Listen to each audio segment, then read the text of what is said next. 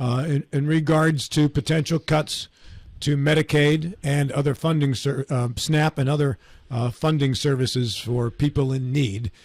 From your perspective as the CEO of the Mountaineer Food Bank, what are you particularly concerned about, and what are you watching closely? Yeah, so we're watching, several parts of the budget reconciliation bill very closely, specifically around SNAP. We've got some really great concerns for that, and from our point of view, it's a lot of harmful things for our most vulnerable populations, which is, of course, children, seniors, and veterans in West Virginia. And, these proposed cuts to SNAP, they're going to have a significant impact here at home. And we're going to really struggle figuring out how we're going to be able to feed families that are, struggling to put that food on their table. Okay. And the aspects of the reconciliation that you're most concerned about, spell out what kind of changes specifically to that funding. Yeah.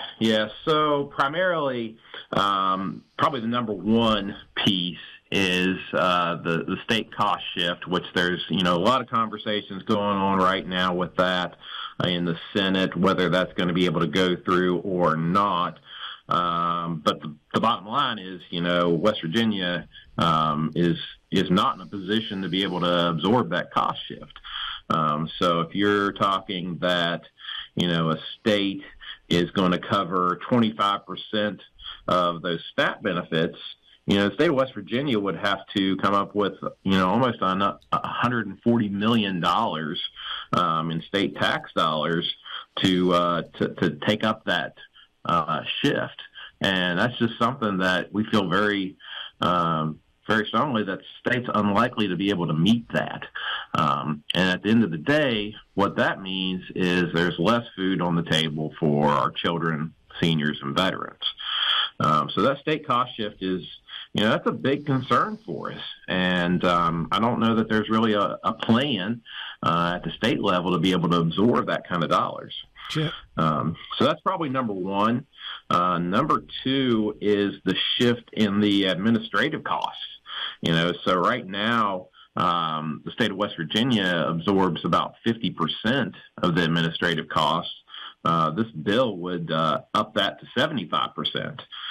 So now you're talking about another $9.6 million that we've got to come up with, a total of about $28 million that the state has to just to maintain the program. So right off the bat, those are two things that are going to cost the state more that, currently the federal government is able to support us in.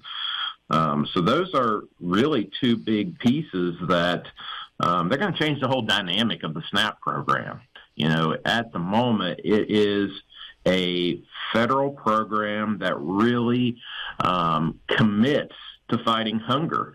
And what this bill does is while it does move that back to the states, but it basically is going to say that, where you live is how you're able to be taken care of. So, disadvantaged states like West Virginia that, don't have, billions of dollars in excess and those types of resources, hunger is going to look different in West Virginia than it is in Texas and Florida and other states. And we're not going to be able to support them like we have been in the past. How does the Mountaineer Food Bank fill in the gaps, Chad? How does it function around the state? Yeah, we provide food, throughout West Virginia, working with, hundreds and hundreds of partners. And, we're able to provide about 22 million meals, every single year into West Virginia. So we are able to provide a large chunk, but just to kind of give you an idea of what this budget bill does is it will take 9.5 billion with a B, billion meals off the table. Every Feeding America food bank, which there's 199 of us throughout the United States, in 2024, every Feeding America food bank distributed 6 billion meals. So that's what we're talking about. We're talking about, almost 30% more than what we were able to distribute in its entirety. We are able to fill in some gaps, but we would not be able to overcome these types of budget cuts. That would just be an impossibility for the nonprofit sector to fill in those types of gaps. John Doyle. How many, do you cover the whole state or just a portion of the state? So we are in 48 of the 55 counties. So we cover your northern and eastern panhandles, central West Virginia, Kanawha Valley, and the mid-Ohio Valley. Yeah, I know that I have a lot of friends who work as volunteers with Shepherdstown Shares, and also there's a food pantry up on the Blue Ridge. I know that they get a lot of food from you periodically. I get notification periodically of, hey, there's a shipment coming. We need people to help unload. And I was wondering if you covered the whole state. It occurs to me. Are you able to articulate your concerns to the Congress, or do the rules of your incorporation forbid you from doing that? So we are able to, when we have good relationships with our congressional members and our senators, and we have spoken to them. We have shared our concerns. So yes, we are able to have those conversations and certainly share, the data, the bottom line with them. So we have had some opportunities to do that, but we certainly need that reinforced. Yeah, it seems to that only comes through. Yeah, Chad, it seems to me that shifting an additional 20% of the cost, of the administrative cost, from the federal government to the state government particularly penalizes the poorest states, of which West Virginia is one. I mean, it's one thing if it goes to a state like Maryland or Virginia or California, where the economy is in much, much better shape than it is in West Virginia. They can absorb that additional administrative cost a lot better than we can. Yeah, absolutely. We found nothing that when we're talking about SNAP, we found nothing that's going to be better for West Virginia. It's all going to harm West Virginians. And you're right. You're 100% right that, other states may be positioned to absorb this. But West Virginia, it's just going to be harmful. There's nothing positive to come from it. So this is John Gilstrap. Excuse me. I'm here. I don't know what website this is. It's describing the SNAP program and the eligibility. Eligible for persons based on household size, countable income, and then you get whether there's elderly or disabled person. Have the qualifications changed? Are people going to be eliminated from the program because it's a federal program? I presume that we must do this for these classes of people. Is that the way it works? Yeah. So this budget proposal will change requirements for individuals receiving SNAP. So what it will do is it will change the work requirements for SNAP recipients, specifically with kids, for individuals that have children that are younger than 18. That will be the first time that they touch that, and they will increase work requirements for recipients age 54 to 65. And then also, and this is a big one, it will impose time limits on SNAP benefits for veterans, which is this is a new piece for that. Time limits. So it's really length of time receiving benefits. Yes. Okay. Yeah, we got to keep in mind SNAP is it's a temporary program, but there have been vulnerable populations like veterans that we've extended those for, which to me makes sense. We owe so much to our veterans that placing time limits on SNAP for veterans that's not the way to say thank you for all you've done for our country. Are there time limits for others, or is it just time limits on veterans? There are currently time limits on others, yes, for all other individuals. Veterans is the only one that I believe that does not have that. Chad Morrison is so our they're going to be guest changing here. those work requirements, which again, that's going to be reducing, the populations. But we're talking about reducing access for children and seniors. That doesn't make a whole lot of sense when they are some of our most vulnerable populations. Well, what is I'm playing devil's advocate here. If there is a healthy work age person who has chosen not to work for whatever reason, we're not talking, because I know these programs have cutouts for disabilities and a number of different groups. So if you have a healthy young person who can work and is not, why is it bad to deny them SNAP benefits? Well, the reality is most of those folks are already ineligible. In fact, I believe the number's around 62%. Those that can work do work. So I feel like, the guidelines are working right now. If you look at West Virginia in particular, there's about 277,000 people that receive SNAP benefits in West Virginia. So about 94,000 of those are children. We don't want them to work, right? And about 54,000 of those are seniors. So you start whittling that down, and it becomes a very small population that are not already working. But the reality is, just because you have a job doesn't mean you're making enough at the end of the month to pay all your bills. If you're working minimum wage, and you got to remember, minimum wage is still $8 and something here in West Virginia. That doesn't get you very far. So you still qualify, especially if you're a part-time employee.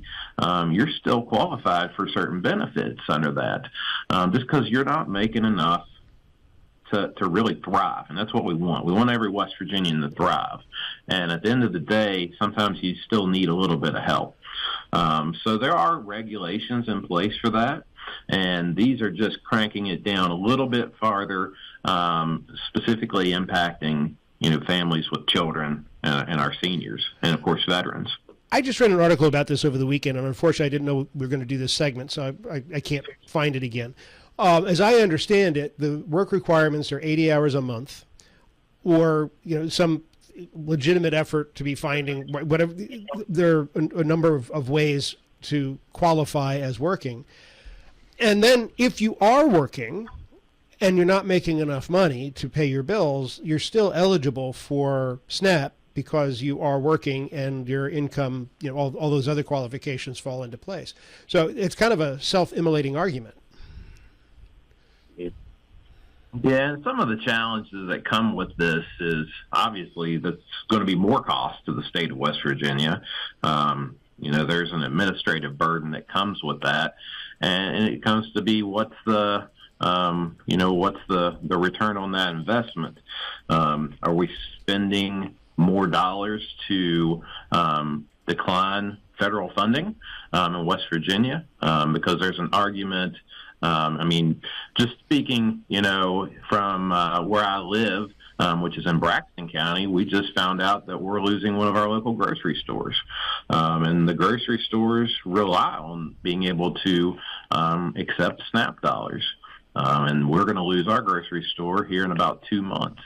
So there's a lot of economic pieces that go into that puzzle because that store, hires about 60 people here in the county, and they're going to have to make a decision to where they work. A lot of our convenience stores, provide access to SNAP. They're going to lose on that end. And then employees, whenever you start cutting down that, it all adds up. And, at the end of the day, it has to be the question of, does this help West Virginians as a whole, or does this harm West Virginians? And the reality is, we truly see that this is going to harm more West Virginians than it's going to help. Chad Morrison is our guest. He is the CEO of the Mountaineer Food Bank. What is the match federal dollars to what the state puts in? Is it 10 to 1, Chad, or something less than that? Do you know? Oh, let me check on that. So for the administrative costs, we pay, I believe, up to 50% is what we pay. We match 50% of that. At this time, it is completely a federal program as far as the dollars issued for SNAP.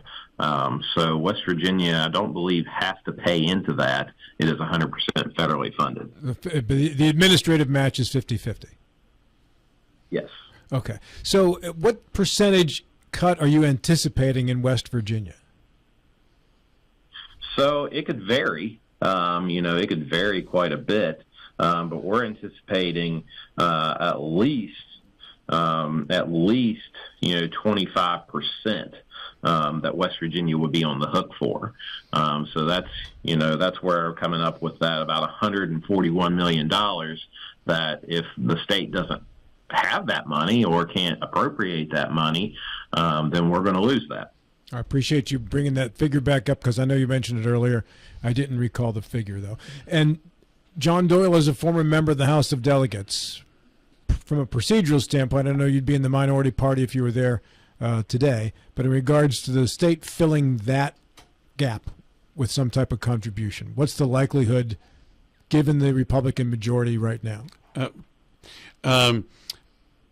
Pretty much zero.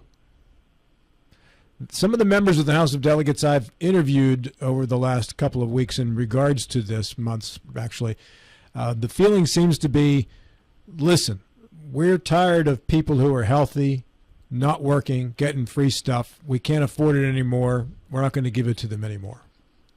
Your thought on that, Chad? Yeah, again, I think we're talking about children, seniors, and veterans.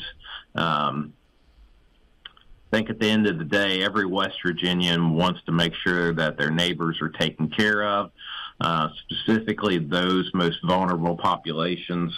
And, our organization certainly so. We want to make sure that, they have the resources that they need. They have the things that they can thrive at the state level, at a global level, and we want to make sure that, everybody has those opportunities. So, what we see is food off the table for the most vulnerable populations. And that just doesn't sit well. That's bad for everybody in West Virginia, because that eventually affects your economic sector, your potential employees, your potential college students, your potential, folks that are contributing to the tax base. If we're not supporting them now, then they're not going to provide a robust future. So it starts there, and that's the most concerning thing for us. And the timing, and I do want to mention this, the timing right now, above all else, hunger is at the highest levels that it has been in the last 4 or 5 years. We'll be taking food off the tables of our hungry neighbors when they need it most. Chad, how can you contribute to the Mountaineer Food Bank?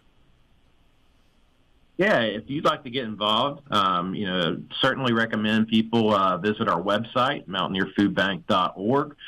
There's opportunities for volunteering. There's opportunities for giving, for partnership.